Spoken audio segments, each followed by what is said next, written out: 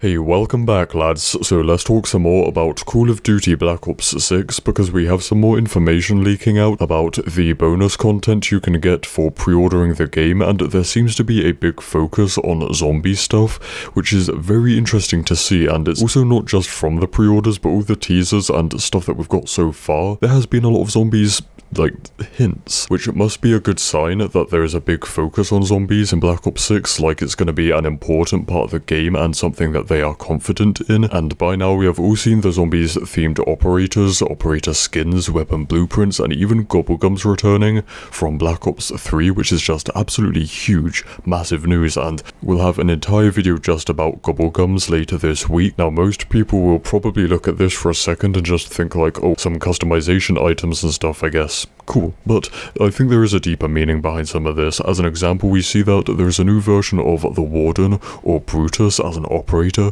of course based on Brutus from the Black Ops 2 Zombies map, Mob of the Dead. Now, that does not mean that Mob of the Dead is going to be remastered or remade or return in some way in Black Ops 6, but we do know that one of the maps is partly a prison, right? One of the Black Ops 6 Zombies maps is known as Terminus Island, and it's a facility owned by Richtofen that houses a prison, and that is where he is keeping the main Cold War characters, right? They were captured and now are imprisoned on a prison on Terminus Island, so it would make sense to see a prison guard or a warden boss zombie on that map.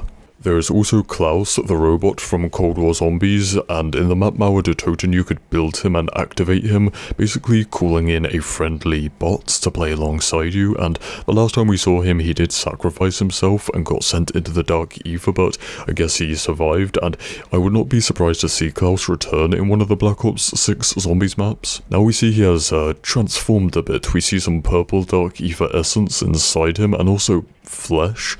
It looks like he transformed from a robot into half human, half robot. Is that a cyborg or something? I don't know, but yeah, the Dark Ether is known to transform things in strange ways. Now, I want to talk some more about the weapon blueprints because once again, I think there are some really interesting details in here, like a couple of purple Dark Ether themed weapons, but it looks like they will have eyes, like the weapons are living creatures, which reminds me of the Decimator shield from Vanguard Zombies, but it also reminds me of the Apothicon weapons and creatures from Black Ops 3. The Apothicons were literally from the Dark Ether. That was the first time that the idea of the Dark Ether was ever mentioned in the Zombies story, and it was leaked as well that the Black Ops 6 Zombies map Terminus Island will have some weird version of the Hellhounds that have tentacle dogs, so it's kind of like that kind of mythical theme of tentacle alien Dark Ether creatures could be returning. Now finally, for GobbleGums, this is such a big topic, there is so much to talk about, info, possibilities and all that stuff, that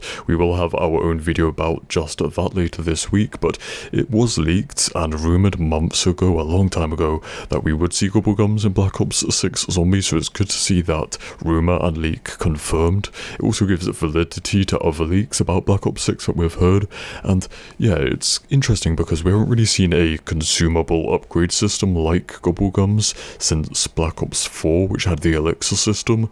So yeah, it's interesting to see, and also once again we're going to talk about this further later, but I don't think it's going to work exactly how it did in Black Ops 3 because basically things have changed. It was the zombies version of supply drops and gambling kind of systems, so it's not really allowed anymore, which means that even though it is GobbleGums, it will have to work differently, like how you earn and unlock them. But yeah, it's cool to see. Also, I think that GobbleGums in Black Ops 3 is one of those things from the game that kind of made it stand out and made it kind of a unique and different zombies experience that to this day people kind of look back on and think that GobbleGums were a cool idea just because of some of the stuff you could do with them and how it changed the gameplay and stuff. So yeah, I think it's cool to see that come back, but that's about all we have for that. So yeah, stay spicy and I'll see you in the next one. Cheers.